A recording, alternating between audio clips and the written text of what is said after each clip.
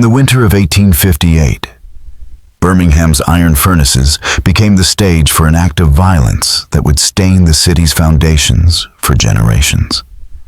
Brutus Caldwell, an enslaved man known for his quiet endurance over 13 years of bondage, raised a 20-pound sledgehammer and brought it down on his master's skull with such force that it split like a dropped melon.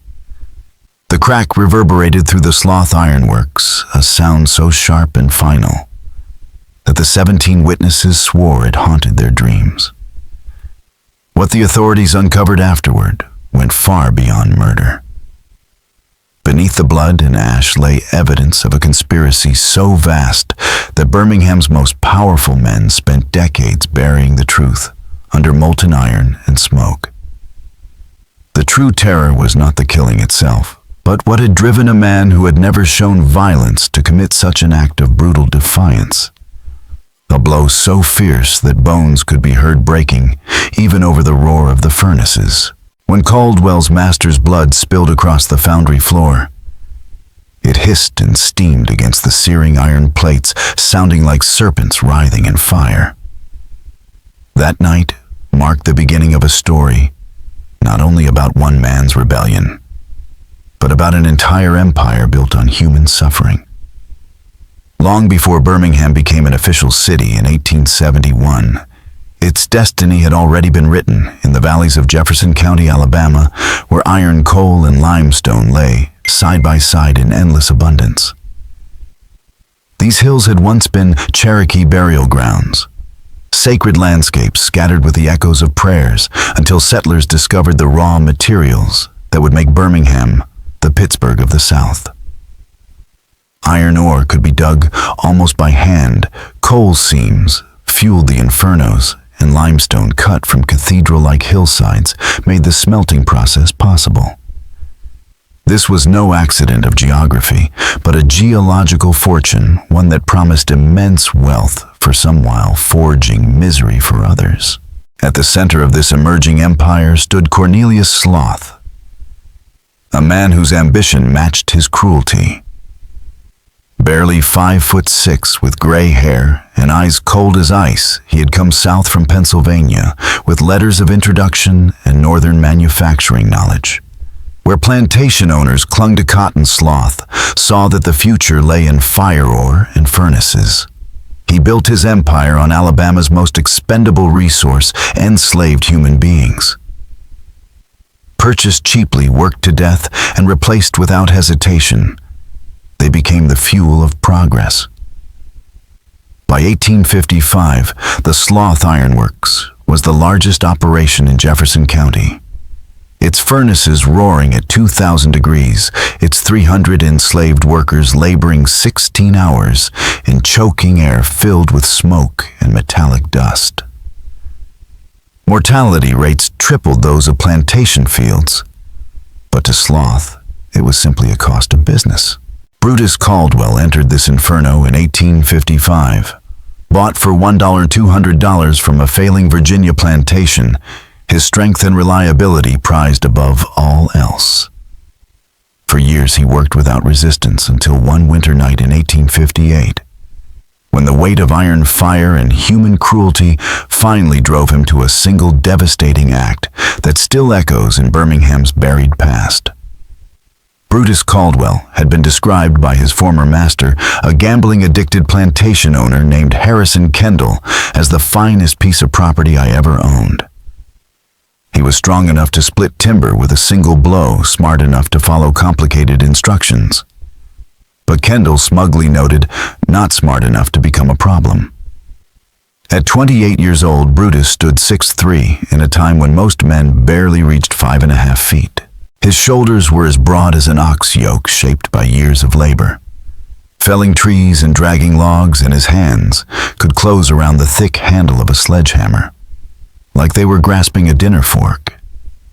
His skin bore the shine of burnished copper, and the brutal ledger of his life, old lash marks across his back, burns on his forearms from working too close to the flames, and calluses so thick they felt like cured leather. But it was his eyes that people remembered.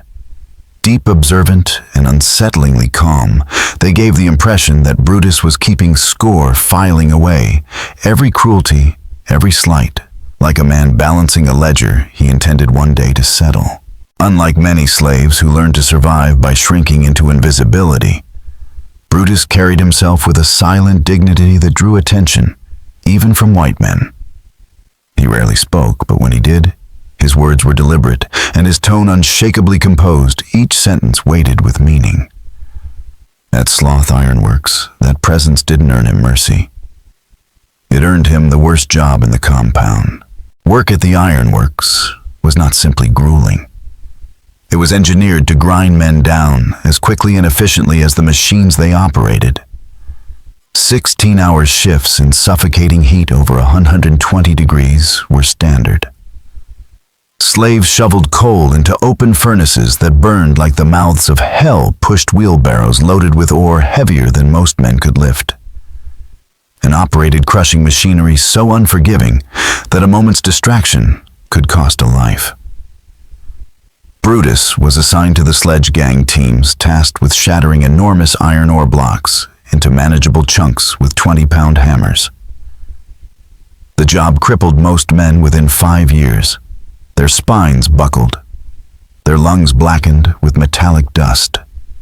Their bodies broke, but not Brutus. While most strong men could last 6 hours before collapsing, and the toughest among them might hold out for 8, Brutus routinely hammered for 10 hours straight, each blow as precise as the first. His rhythm became the pulse of the foundry, a relentless cadence of survival. Boom.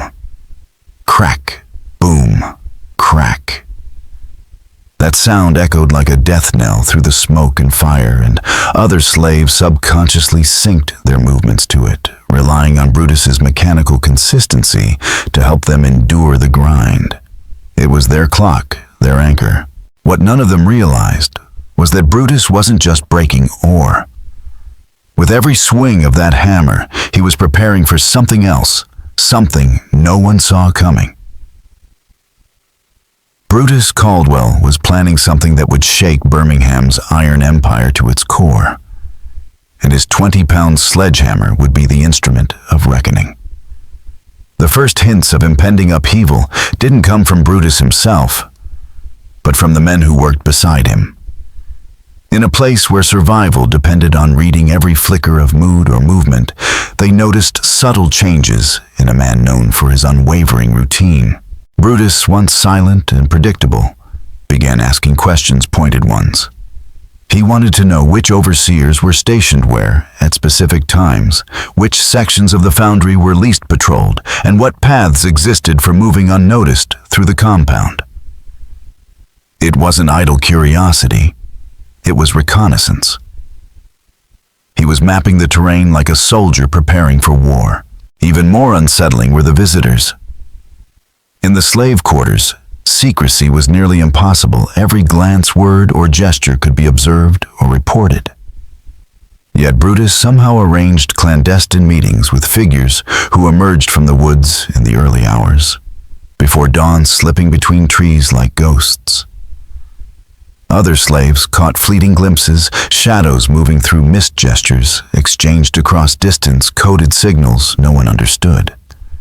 These strangers left things behind, papers covered in writing. Brutus studied by candlelight before burning them to ash. Small bundles wrapped in oilcloth that clinked when moved. A leather pouch that jingled with what sounded like coins. These objects pointed to connections beyond the plantation, resources, bias, and alliances far beyond the reach of any ordinary slave. Samuel Hutchkins, a fellow laborer who worked beside Brutus, later recalled catching him writing in a notebook with a stub of pencil worn nearly to the wood. When asked about it, Brutus had replied, "A man needs to keep track of things. You never know when records might come in handy." That notebook disappeared after the killing. But Samuel remembered the pages dense with numbers and names written in tiny script like ant trails across the paper. December 15th, 1858, dawned bitter and gray. A winter storm sweeping down from the north and coating everything in a treacherous glaze of ice. Inside the Sloth Ironworks, the contrast between the frozen air and the infernal heat of the furnaces created an atmosphere as volatile as gunpowder. The furnaces ran at full blast to fulfill a last-minute order for railroad iron, and the pressure was immense. Accidents weren't rare, they were inevitable. Men slipped on frozen walkways and fell into molten metal. Others collapsed mid-shift, their bodies trampled by co-workers who couldn't afford to stop. By mid-afternoon, the foundry was a hellish blend of fire and frost. At 3:17 p.m., Cornelius Sloth made his daily inspection a ritual as much about control as productivity. He dressed for these rounds like a general in a battlefield parade, wearing French silk shirts, New Orleans tailored wool trousers, and boots of gleaming leather. His polished hickory walking stick wasn't for support. It was a weapon, and everyone knew it. Punishment often followed in his wake.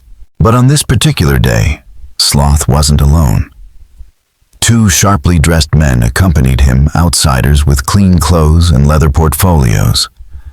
The kind of men who never stepped into places like this without a reason.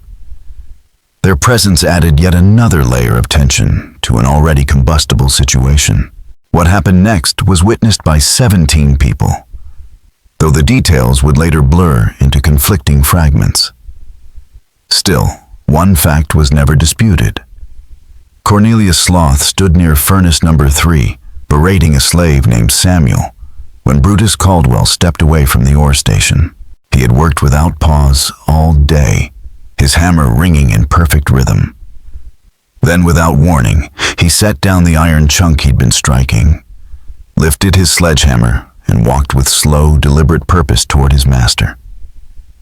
His steps were so calm, so composed, that some witnesses later admitted they felt the dread rise in their throats, but were too stunned to act. Mr. Sloth Brutus said, his voice rising clearly above the clamor of flames and steel. His tone was respectful, even deferential, deceptively so. "I got something for you, sir." Sloth turned, and that's when witnesses saw it fear. Not annoyance, not confusion, but the unmistakable terror of a man who saw death approaching. The color drained from his face. His walking stick trembled in his hand. For a heartbeat, he seemed paralyzed. "What do you want?" he asked, but his voice cracked, betraying the panic he could no longer hide. And Brutus Caldwell kept walking. Brutus Caldwell raised the sledgehammer high above his head, the 20 pounds of forged steel catching the red glare of the furnace flames. Suspended in the hellish glow, the hammer looked like it had been pulled straight from the fire of the underworld, and for a brief second Brutus seemed larger than life, a vessel of fury channeling every enslaved soul who had ever dared to dream of vengeance. "Justice," he said. Then the hammer came down.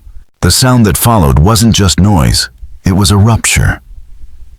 A wet, thunderous crack that seemed to echo from inside Cornelius Sloth's skull, followed by the heavy thud of his body collapsing to the floor. But Brutus wasn't done. He raised the hammer again and again and again. The second blow crushed what was left of Sloth's face. The third scattered fragments of bone and teeth across the iron plates. The fourth sent sizzling blood and tissue hissing against the hot metal. When it was over, Sloth's head was no longer recognizable as human. Only a steaming, spreading pool of blood and brain matter that soaked into the foundry floor. The air filled with the stench of burning flesh, mixing with the usual industrial haze of smoke and iron dust. Several men vomited where they stood. Brutus simply placed the gore-streaked hammer beside him, surveyed the stunned circle of witnesses, and in a voice calm and steady, as always said, "Somebody better send for the sheriff. I'll be waiting right here." The murder sent immediate shockwaves through Alabama's planter class, reaching all the way to Montgomery and beyond. It wasn't just the violent death of a powerful industrialist, it was the nightmare scenario. A slave had not only killed his master, but had done so methodically in broad daylight in front of witnesses. This wasn't rebellion. This was something colder, more calculated. A strike not just at a man, but at a system. 2 hours later, Jefferson County Sheriff Thomas Whitfield arrived at the Sloth Iron Works with 12 armed deputies, expecting chaos, maybe more bodies. What he found was eerier. Order. The foundry was still in operation. Slaves moved through their tasks with mechanical precision, the factory humming as if nothing had happened. The only sign of violence was the blood pooled near Furnace 3. Brutus sat nearby on a wooden crate, hands folded in his lap. His clothes wiped clean with rags. His expression was almost serene, as if he had finally unburdened himself. When the deputies approached, he didn't flinch or resist. He rose, held out his arms, and said nothing. Only when Sheriff Whitfield asked for an explanation did he speak. "I killed Cornelius Sloth," he said. "I did it deliberately. I'd do it again if I had to. I got no regrets about what I've done." But it was what he said next that froze the blood in everyone present. Ask his ledgers, Sheriff. Ask what he wrote in his private books. Ask what he did to the ones who came before me. Ask why 43 people went away from here and never came back. When questioned, the other slaves said nothing. Their faces gave nothing away. They worked, responded mechanically, and denied knowing about ledgers, disappearances, or anything Brutus had implied. He had always been quiet, respectful, diligent. The killing, they said, came out of nowhere, like lightning from a clear sky. Sheriff Whitfield didn't buy it. In 15 years of policing Jefferson County, he had seen dozens of slave uprisings. They followed a pattern rage ignited by immediate trauma, a whipping a family torn apart. They were impulsive, emotional, chaotic. But Brutus Caldwell wasn't frenzied. He was composed, sharp, his actions precise. His clothes were clean. His tone was steady. This wasn't madness. It was strategy. When investigators entered Cornelius Sloth's office, they found exactly what Brutus had pointed them to. A cache of ledgers, correspondence, and financial documents that revealed a pattern of depravity even hardened men weren't prepared for. This wasn't just the hidden brutality of one man. It was a record of horrors woven into the machinery of Alabama's industrial rise records. The state's elites would spend the next several decades trying to erase from history. The ledgers were chilling in their precision, cold clinical records that reduced human beings to numbers variables in a cruel equation designed for profit. Cornelius Sloth had not treated his slaves as property to be maintained or protected, but as experimental subjects in a depraved pursuit of industrial efficiency. The books documented how long a man could work without food before his strength failed, how much weight he could lose before collapsing, and how many hours of sleep were needed to maintain optimal output. There were charts analyzing the impact of punishments on productivity, comparing methods of physical and psychological torture with disturbing attention to detail. Notes described which families could be controlled through threats to their children, which individuals responded better to bribes or beatings, and how close a man could be pushed to death without disrupting the bottom line. It was human suffering transformed into industrial data slavery, reimagined as scientific management. But the most damning discovery lay in a series of letters exchanged with Dr. Josiah Knott, a respected mobile physician and a leading proponent of what he called racial medicine, a pseudo-scientific ideology claiming to prove the biological inferiority of African Americans. The letters, written in Sloth's own hand and bearing his personal seal, revealed a business arrangement that went far beyond cruelty. For over 3 years, Sloth had supplied Dr. Knott with live human subjects. Slaves sent in specially outfitted rail cars to Mobile in research-ready condition. In return, Knott paid handsomely, up to $500 per subject, depending on their health and suitability for specific procedures. The experiments were horrific surgical operations without anesthesia, intentional infections to observe disease progression, all described in clinical terms that stripped the subjects of humanity. The letters referred to them as specimens detailing age, weight, and physical resilience, as if cataloging livestock. And there was no ambiguity. Not called them terminal studies. None of the subjects were expected to return. Sheriff Thomas Whitfield, upon reading the correspondence, understood immediately what he had stumbled into: systematic murder, disguised as medical research. But he also grasped the political disaster that exposure would cause. Dr. Knott wasn't some fringe figure. He was a pillar of the Southern scientific establishment, cited by judges and politicians to justify slavery. His work shaped laws, informed public policy, and was published in the most prestigious journals of the time. If Knott's methods were revealed as torture and death masquerading as science, the entire intellectual scaffolding of slavery could begin to crack. So Whitfield made a choice, one that would haunt him for the rest of his life. He confiscated the documents, told his deputies that nothing significant had been found, and ordered the destruction of all evidence linking Sloth to the experimental program. The official report stated that Cornelius Sloth had been killed by a slave named Brutus Caldwell in an isolated workplace incident, perhaps the result of a personal grudge or disciplinary conflict. No further investigation was pursued. But Whitfield wasn't entirely without conscience. Perhaps driven by guilt, perhaps by a flicker of hope that the truth might one day surface, he secretly made copies of the most incriminating documents and sealed them in a tin box which he buried beneath the floorboards of his home. He told himself it was for a future reckoning, when justice might be possible without shattering the world around him. But deep down, he simply couldn't destroy the only proof that 43 souls had vanished into suffering for the profit of powerful men. The trial of Brutus Caldwell began on January 18, 1859, in the Jefferson County Courthouse, a modest red brick building adorned with white columns meant to invoke the authority of classical justice. But beneath the facade, the court was ill-equipped to handle what it was about to face. Under Alabama law, the outcome of the trial was predetermined. A slave who murdered his master would be hanged regardless of motive, provocation, or circumstance. Such trials were often little more than performances staged to show the public that due process existed even as the verdict had already been written. But this trial didn't unfold as expected.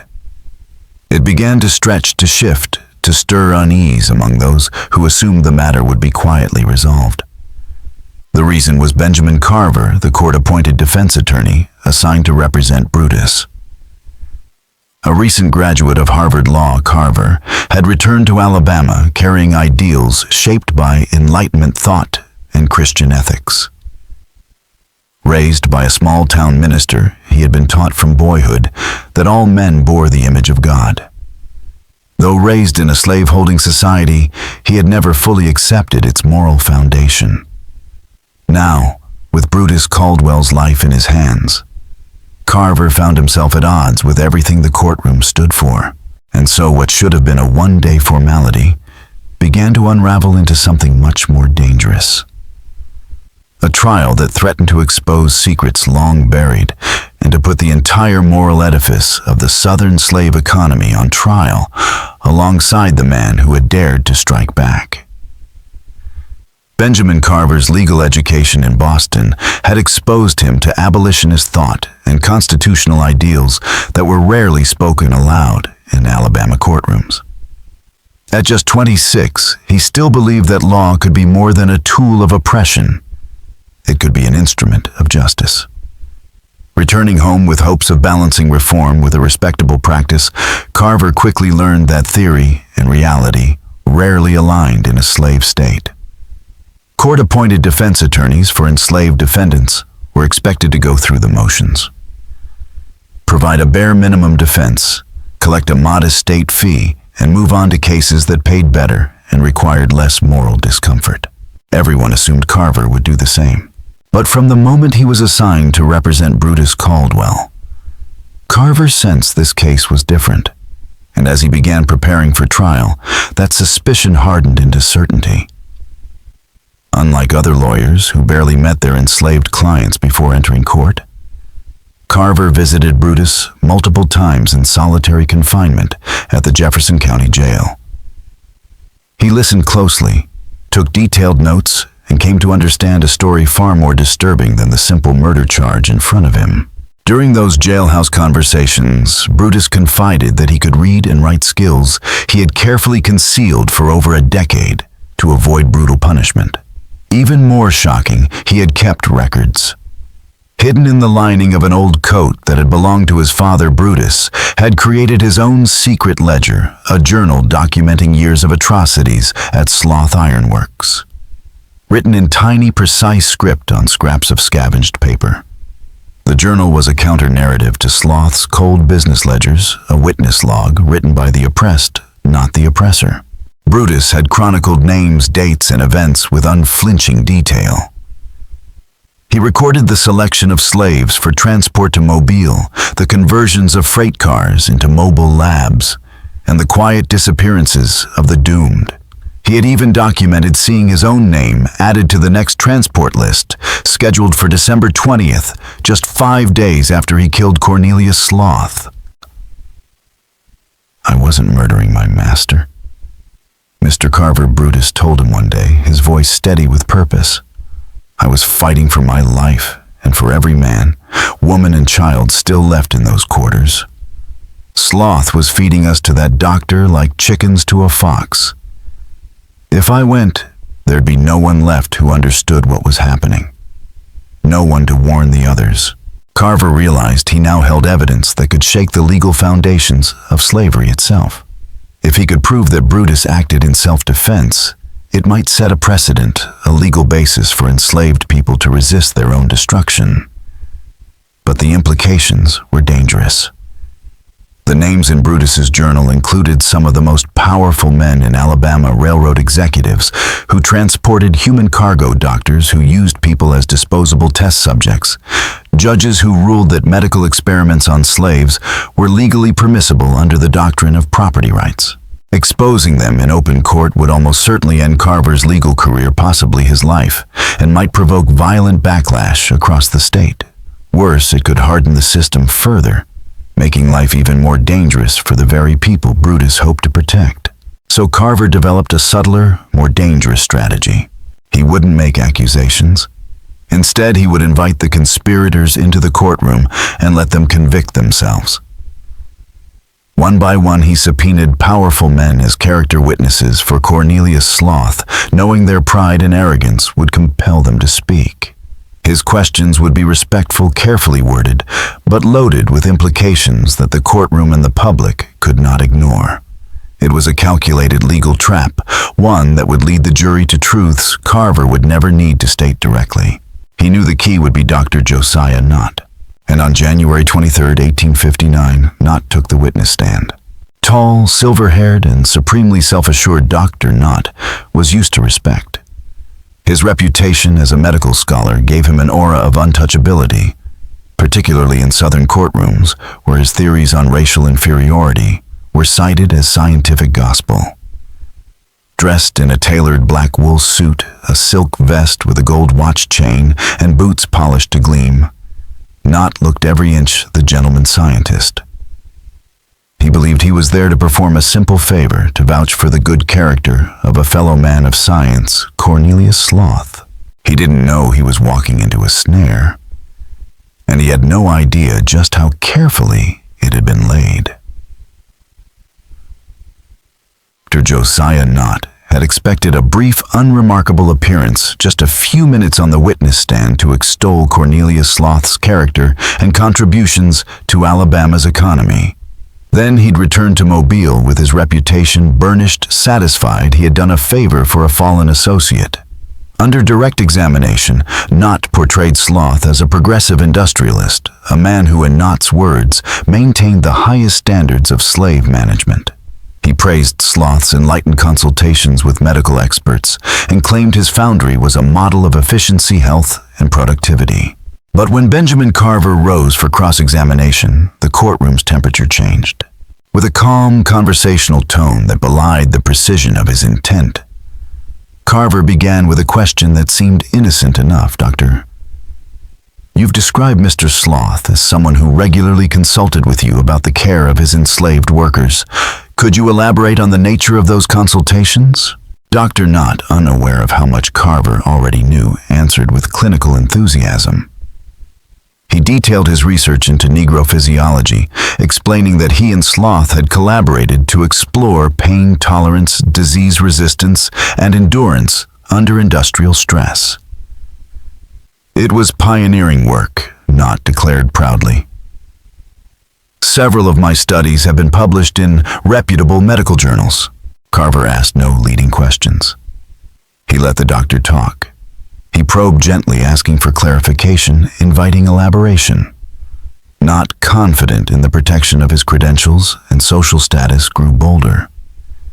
He described amputations conducted without anesthesia, deliberate infections introduced to track the progression of disease, surgical procedures that no ethical physician would dare perform on white subjects. His justifications dripped with scientific detachment. I developed techniques for pain testing under surgical stress, Knott said with pride. The Negro Constitution, you see, processes pain differently. My findings would have been impossible to gather using white patients. Then Carver asked softly, "And your subjects, where did they come from?" Mr. Sabathun and Mr. Sloth provided them. Knott replied without hesitation. His iron workers were ideal, physically resilient, conditioned to hardship, suitable for testing endurance thresholds. I compensated him fairly. Delivery was guaranteed. The word specimens echoed through the courtroom like a musket shot. Even in a society built on human bondage, the cold commodification of living people for torture veiled as science turned stomachs. The silence that followed was deep and uneasy. But Brutus Caldwell's fate was far from secure. Later that afternoon, Carver was summoned to Judge Samuel Crawford's chambers. There he found not only the prosecutor, but two men in tailored suits, representatives of the Montgomery Railroad Company and the Alabama Medical Society. The meeting wasn't recorded. No court reporter was present. Son Judge Crawford said, voice low and deliberate, "You've made your point. You've shown provocation. But if you keep pushing, you're going to take down institutions this state depends on." The message was unmistakable. Knott's research, the railroad contracts, the very machinery of Alabama's economy, none of it could be allowed to collapse because of one slave's desperate act of rebellion. Brutus would hang, and Carver was expected to stop before more damage was done.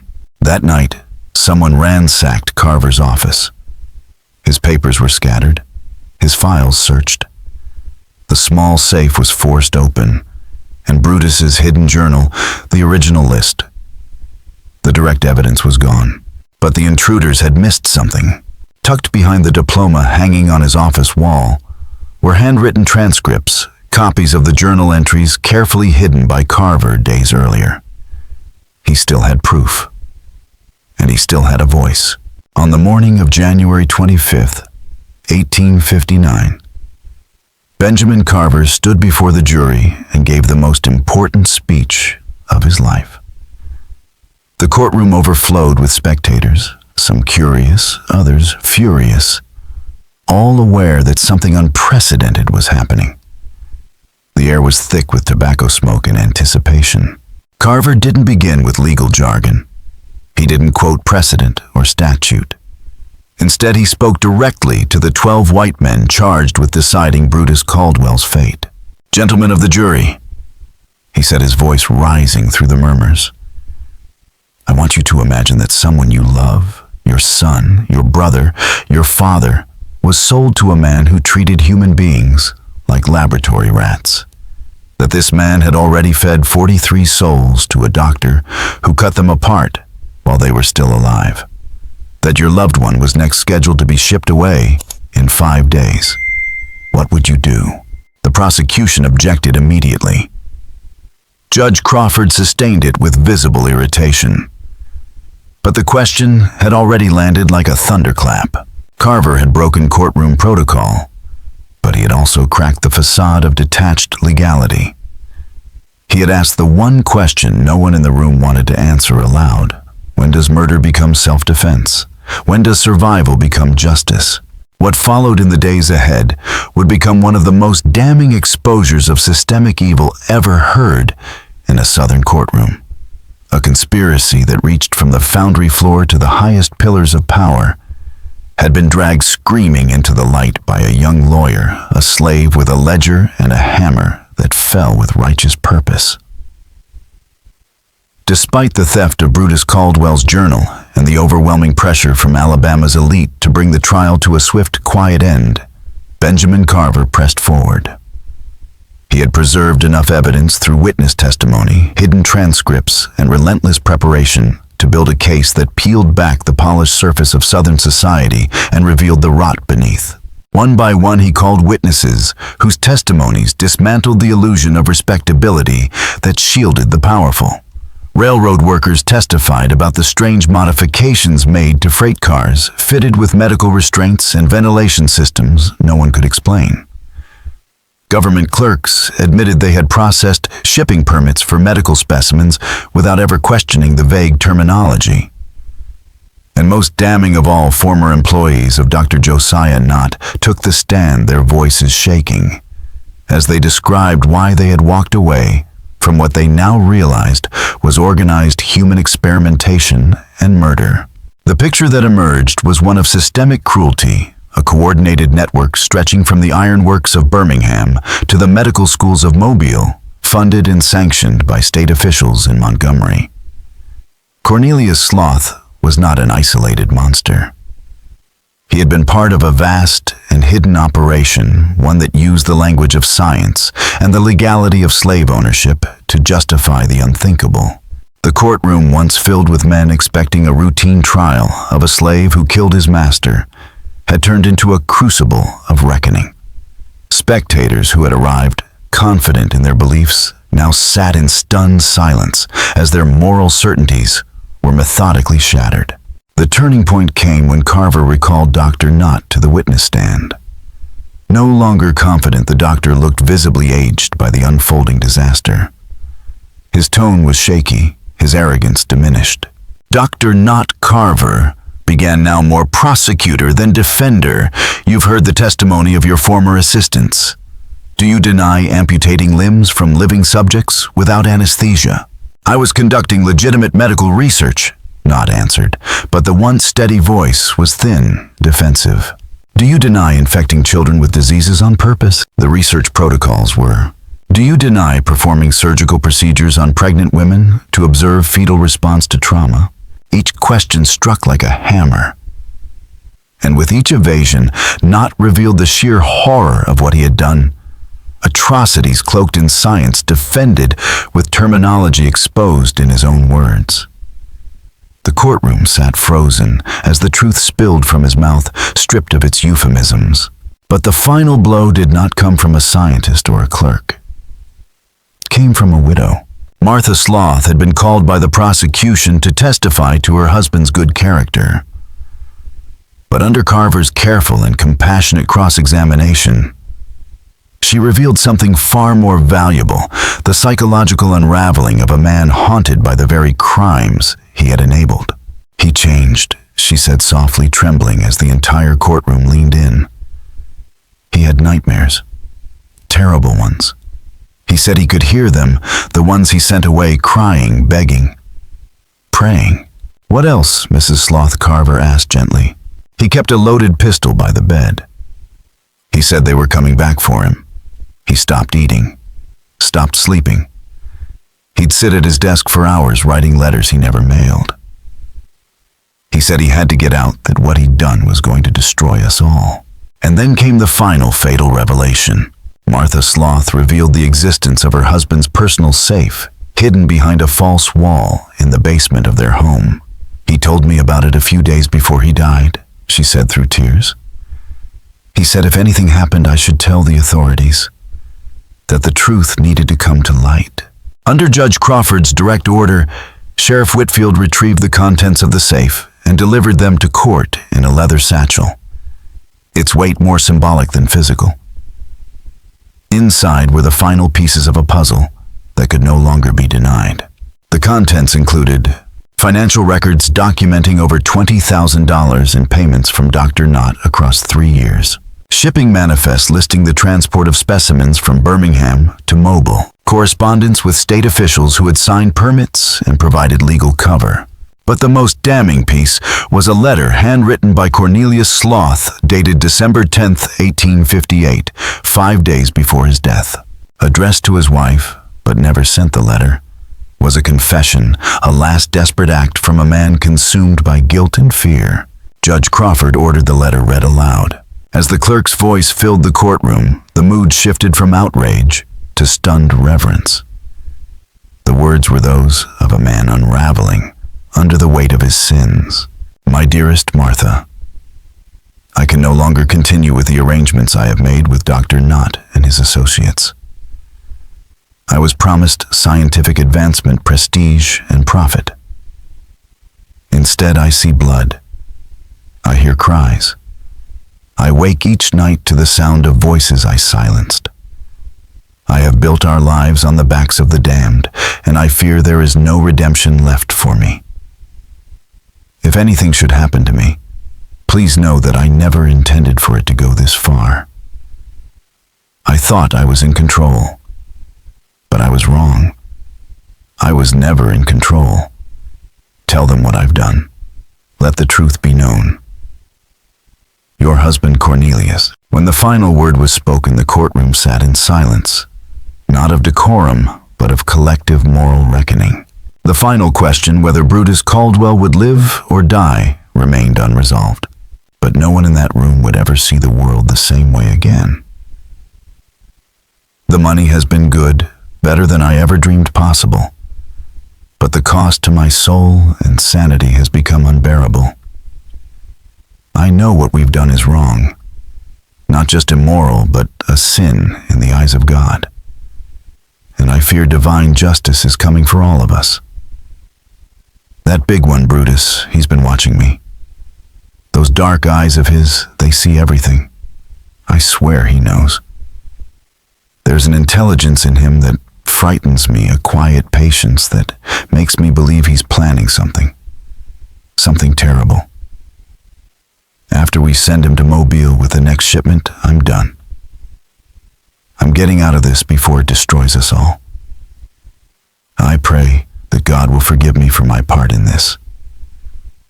And I pray you never learn the full extent of my sins. Signed and dated in Cornelius Sloth's own hand, the letter was the final, irrefutable piece of evidence. It confirmed that Sloth had planned to deliver Brutus Caldwell to Dr. Knott for medical experimentation, and that Brutus had somehow known. In that moment, the trial shifted. It was no longer about a slave killing his master. It became the story of a man who acted in desperate self-defense, resisting torture and death with the only weapon he had. The jury deliberated for less than 2 hours. When they returned, the courtroom held its breath as the verdict was read. Not guilty by reason of self-defense. It was a ruling that sent shockwaves through Alabama, perhaps the most stunning legal decision in the state's history. 12 white men bound by the law of a slave-holding society had concluded that a black man, a slave, had been justified in killing his master to save himself from mutilation and death. After the trial, jury foreman William Hayes, a wealthy cotton merchant, spoke to a reporter from the Montgomery Advertiser. The question wasn't whether Brutus Caldwell killed Cornelius Sloth. We all knew he did. The real question was whether any man, regardless of color or station, has the right to defend himself from being tortured to death. Once we saw that letter, once we understood what was happening in that foundry, the answer was clear. If we wouldn't hang a white man for resisting medical torture, how could we in good conscience hang a Negro for the same? Inside the courtroom, applause broke out, a startling breach of decorum that the judge didn't stop. Spectators who had expected to watch a slave's execution instead witnessed a legal reckoning. For a brief, electrifying moment, the legal system recognized an enslaved man's humanity and his right to survive. But the celebration didn't last. Within 6 hours of the verdict, representatives from the Alabama Attorney General's office arrived with fresh warrants and new charges, determined to ensure that Brutus Caldwell would never walk free.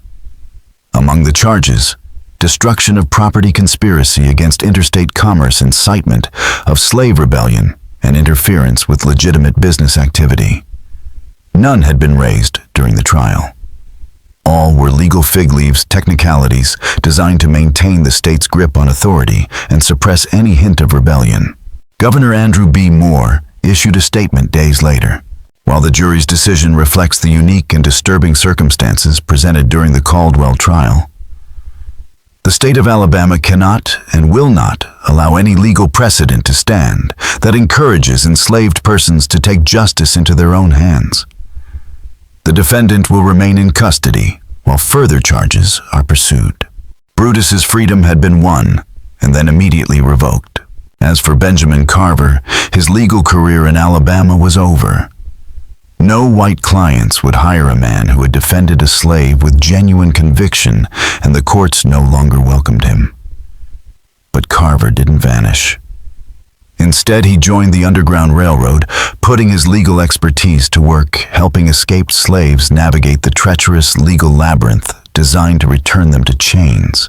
He kept in close contact with Northern abolitionists, sending them documentation from the trial testimonies, transcripts, copies of ledgers and letters. The evidence smuggled north by Underground Railroad operatives soon appeared in abolitionist newspapers across New England. The Brutus Caldwell trial became a sensation, a flashpoint that galvanized public opinion and reached even the halls of Congress. Benjamin Carver's career had ended, but his impact was only beginning. The truth he helped expose echoed far beyond Alabama, shaking the moral foundation of a nation on the brink of civil war. And Brutus Caldwell's story, once buried beneath molten iron and silence, had become a spark too bright to be extinguished. The harrowing testimony about medical experimentation on enslaved people became more than courtroom drama. It became history. The details revealed during Brutus Caldwell's trial were soon added to a growing body of evidence that Northern politicians cited to demand federal oversight of Southern institutions. These revelations didn't just stain reputations, they widened the political rift that would soon tear the nation in two. Dr. Josiah Knott fled Alabama within a week of the verdict. His escape only confirmed his guilt in the eyes of the public.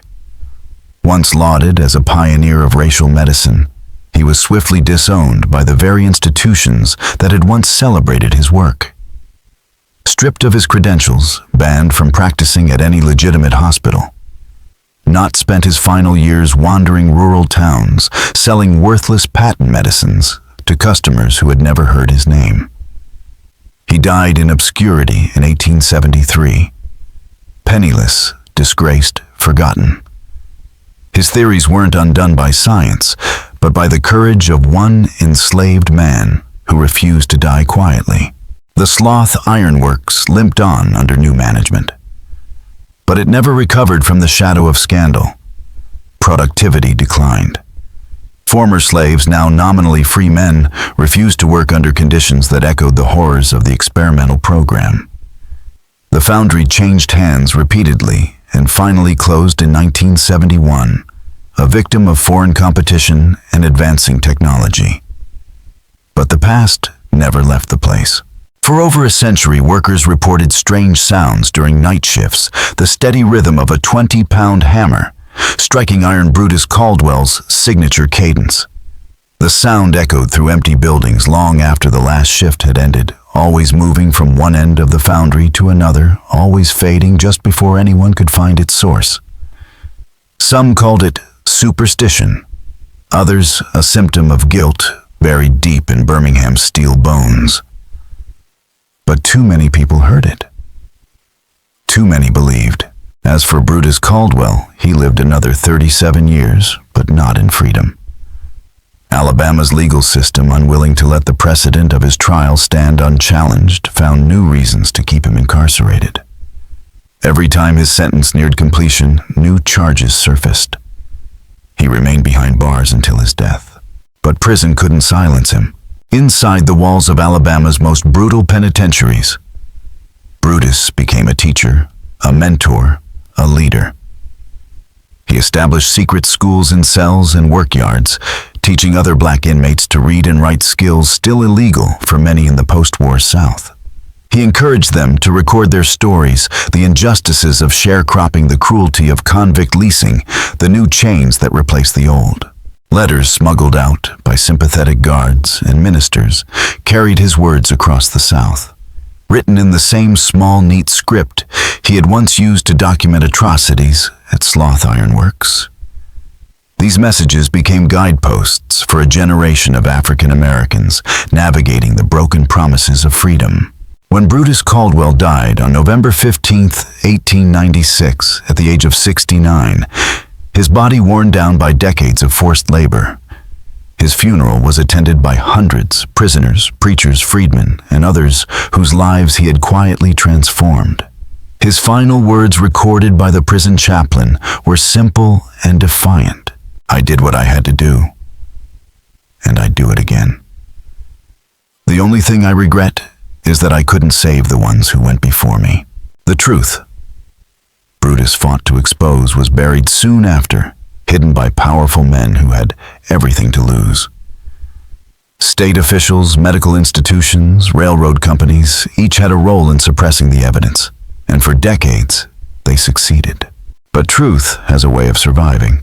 In 1987, during the renovation of an old farmhouse that had once belonged to Sheriff Thomas Whitfield construction workers, found a rusted tin box hidden beneath the kitchen floorboards.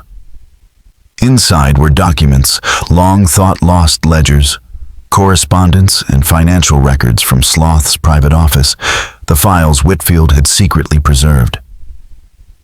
Within those papers lay undeniable proof of the experimental program and the web of corruption that protected it. Today, those documents reside in the Alabama Department of Archives and History. They tell a story not just of one foundry or one man, but of an entire society's descent into moral darkness and the rare luminous courage it took to shine light on it. This is not just a story about slavery. It's a story about complicity, about how systems of cruelty depend on ordinary people convincing themselves they're doing the right thing. It's a story about ghosts that still echo in the places we think we've left behind. So what do you think? Was Brutus Caldwell justified in taking justice into his own hands? Could something like this happen again in modern America? Or have we learned enough from our history to prevent it? Leave your thoughts in the comments. And if this story shook you, if it chilled you, share it with someone who needs to hear it. Like the video, subscribe, ring the bell, because the most terrifying stories are the ones that could be true. See you in the next one. Thank you all very much for watching my video until the end. I sincerely appreciate it, and I look forward to seeing you in the next video.